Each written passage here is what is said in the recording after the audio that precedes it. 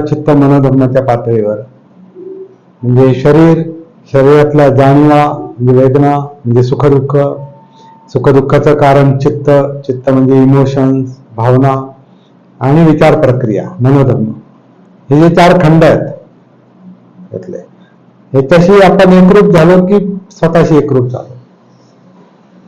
परंतु ते जेवढं समजतं तेवढं सोपं नाही, कारण गुंतागुंत आहे सगळी. विचारांची गुंतागुंत, भावनांची गुंतागुंत, जाणीवांची गुंतागुंत,